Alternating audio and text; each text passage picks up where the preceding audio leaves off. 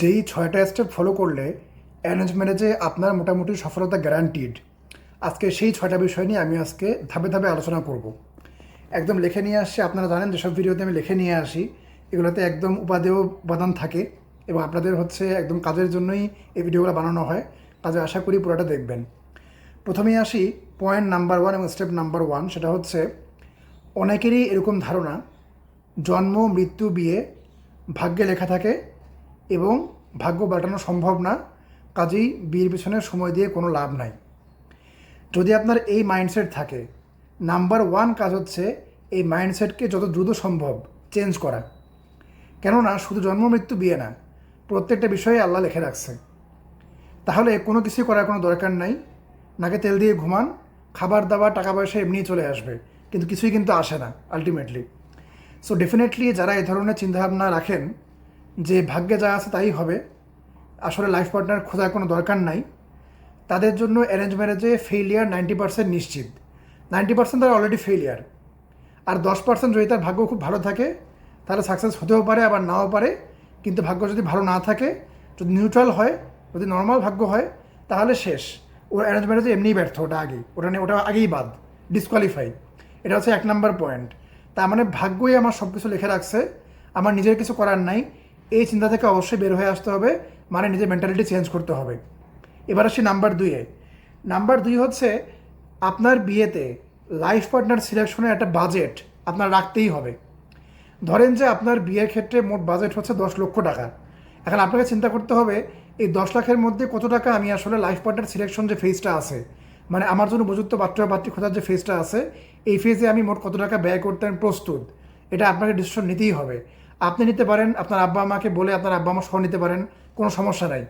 কিন্তু আপনি যদি মনে করেন যে আপনার সবচেয়ে ইম্পর্টেন্ট বিয়ের যে ফেজটা, যেটা হচ্ছে একজন উপযুক্ত পাত্র পাত্রী খোঁজা, সেই ফেজে আপনি কোনো কিছু ব্যয় করবেন না, এমনিই আপনার ভাগ্যে হচ্ছে ভালো একজন মারাত্মক পাত্রপাত্রী চলে আসবে, তাহলে আপনি একটা ভুলের মধ্যে বাস করতেছেন। এখানে আপনার অবশ্যই কিছু বাজেট আপনার আলাদা করে সহায় রাখতেই হবে। এটা হচ্ছে নাম্বার 2। নাম্বার 3 হচ্ছে আপনার যে রিকোয়ারমেন্টসগুলো আছে, এই রিকোয়ারমেন্টসগুলো কি আসলে প্র্যাকটিক্যাল কিনা, আসলেই কি লজিক্যাল কিনা, এই বিষয় নিয়ে আপনার চিন্তাভাবনা করতে হবে, কথা বলতে হবে। গার্জেনদের সাথে আলাপ করতে পারেন। আমরাও হচ্ছে এই নিয়ে কথাবার্তা বলি, প্রি ম্যারেজ কাউন্সেলিং সেশন আমরা অফার করি, তো আপনারা সেখানেও কথা বলতে পারেন। মানে মোট কথা হচ্ছে যে আপনার যে রিকোয়ারমেন্টসগুলো আপনি সেট করছেন, এগুলো কি প্র্যাকটিক্যাল কিনা এটা আপনাকে ভাবতে হবে। এই ক্ষেত্রে আমি বলবো যে মেয়েরা হচ্ছে সবচেয়ে বেশি ইমপ্র্যাকটিক্যাল ধরনের হচ্ছে রিকোয়ারমেন্টস দিয়ে থাকে। তাদের কোনো আইডিয়াও নাই যে ম্যারেজ মার্কেটে তাদের আসলে ভ্যালুটা কেমন। ঠিক আছে, এই জন্য যদি আপনি মেয়ে হন স্পেশালি, তাহলে আপনার আসলে খতিয়ে দেখা দরকার যে রিকোয়ারমেন্টস আপনি দিছেন সেটা কি আদৌ কি লজিক্যাল কিনা। হয়তোবা বাংলাদেশের মেয়েদের মধ্যে আপনি প্রথম 10%-এর মধ্যেও নাই, কিন্তু যে ছেলেকে আপনি চান সে হচ্ছে টপ 1%। আপনার সাথে তাহলে জীবনেও কোনো ছেলের বিয়ে হবে না। কাজেই আপনাকে রিকোয়ারমেন্টস ঠিকমতো সেট করতে হবে।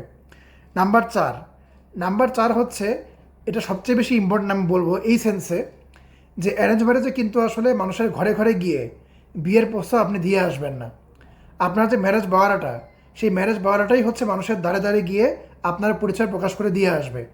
এবং আপনি জানেন একটা খুব ভালো কথা আছে, সেটা হচ্ছে ফার্স্ট ইমপ্রেশন আসলে একবারই আপনি আসলে দেওয়ার সুযোগ পাবেন। এবং আপনার ম্যারেজ বাওয়ারাটাই হচ্ছে আসলে আপনার ফার্স্ট ইমপ্রেশন।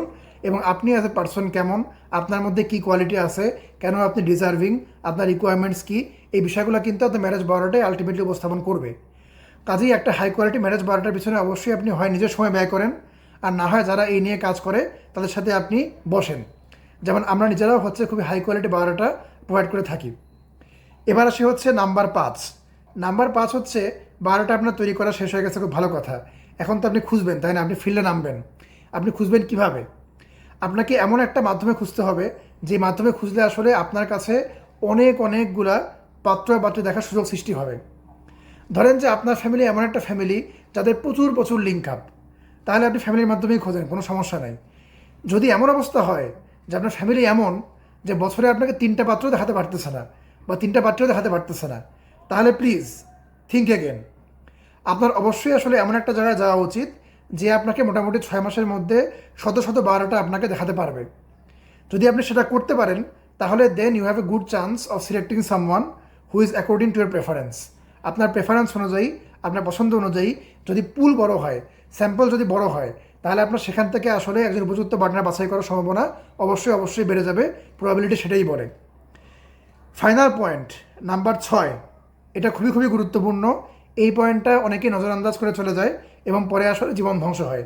পয়েন্টটা কি, সেটা হচ্ছে অবশ্যই যাকে আপনি শর্ট লিস্ট করছেন তার সম্বন্ধে ভালোভাবে জানেন, তাকে ভেরিফাই করেন, তারপরে আপনি বিয়ের দিকে সামনে এগিয়ে যান, এর আগে না। ধরেন যে ছেলে বা মেয়ের ফ্যামিলি খুবই ভালো, সোনার টুকরা, স্ট্যাটাস ভালো, ভদ্র ফ্যামিলি, ইসলামিক ফ্যামিলি, তারপরেও কখনোই এক শুক্রবারে দেখা করে আর শুক্রবারে বিয়ে করে ফেলবেন না। এই ভুল জীবনেও করবেন না। আমি বারবার বলি, প্রত্যেক ছেলেমেয়ের গার্জিয়ান হচ্ছে এখন ইন্টারনেট এবং স্কুল কলেজের ফ্রেন্ড সার্কেল।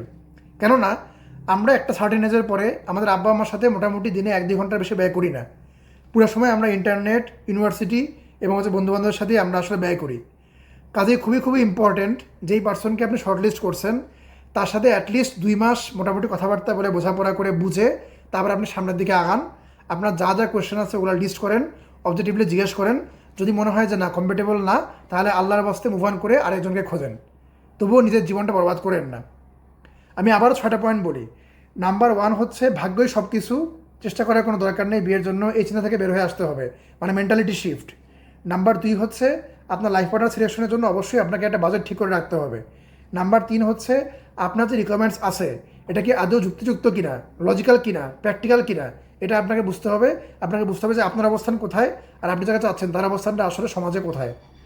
নাম্বার 4, আপনাকে অবশ্যই একটা হাই কোয়ালিটি ম্যারেজ বানাটা আপনার নিজের জন্য তৈরি করতেই হবে। নাম্বার 5, এমনভাবে আপনি পাত্রপাত্রী খোঁজেন যাতে আপনি অনেক মানুষকে দেখে বুঝে আপনি হচ্ছে আপনার জন্য উপযুক্ত পাত্রপাত্রী বাছাই করতে পারেন।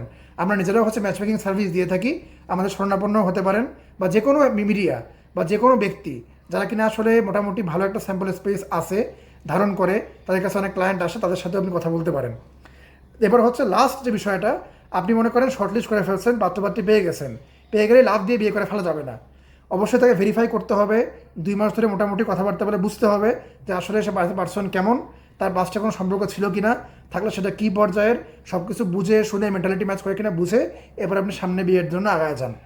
এই যে আমি যে 6টা স্টেপ বললাম, এই 6টা স্টেপে মোটামুটি 6 থেকে 7 মাসের বেশি লাগে না। আমি আবারও বলি, এই 6টা স্টেপে 6 থেকে 7 মাসের বেশি কোনো জীবনেও লাগবে না।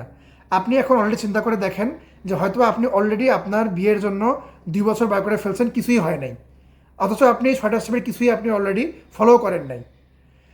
তার মানে দেখেন, একদম basic step, fundamental step, systematic step, যেটা ফলো করলে মোটামুটি আপনার সাকসেস রেটটা মানে হাই হওয়ার সম্ভাবনা 99%। সেগুলো করতেও আপনার 6-7 মাসের বেশি সময় লাগবে না। কিন্তু আপনি সেটা করতেও প্রস্তুত না, তারপরে আপনি মনে করতেছেন যে কেন আল্লাহ আমাকে এই ধরনের পাত্রপাত্রী আমার জীবনে দিল, কেন এই ধরনের হাজব্যান্ড দিল, কেন এই ধরনের ওয়াইফ দিল, কেন আমার জীবনটা এরকম হলো। আর জীবনটা এরকম হয়েছে মোস্ট লাইকলি আপনার নিজের দোষে। ঠিক আছে, মোস্ট লাইকলি আপনার নিজের দোষেই আপনার জীবনটা এখন এমন হয়েছে। কাজে জীবনটা এমন হওয়ার আগেই, জীবন ধ্বংস হওয়ার আগেই আল্লাহর বাস্তে সচেতন হন। এই স্টেপগুলো একটু আল্লাহর বাস্তে আপনারা হচ্ছে ফলো করেন, করলে দেখবেন যে আপনার জীবনে একটা ভালো একটা সাকসেস আসবে ইনশাআল্লাহ। তো সবাইকে ধন্যবাদ। আসসালামু আলাইকুম।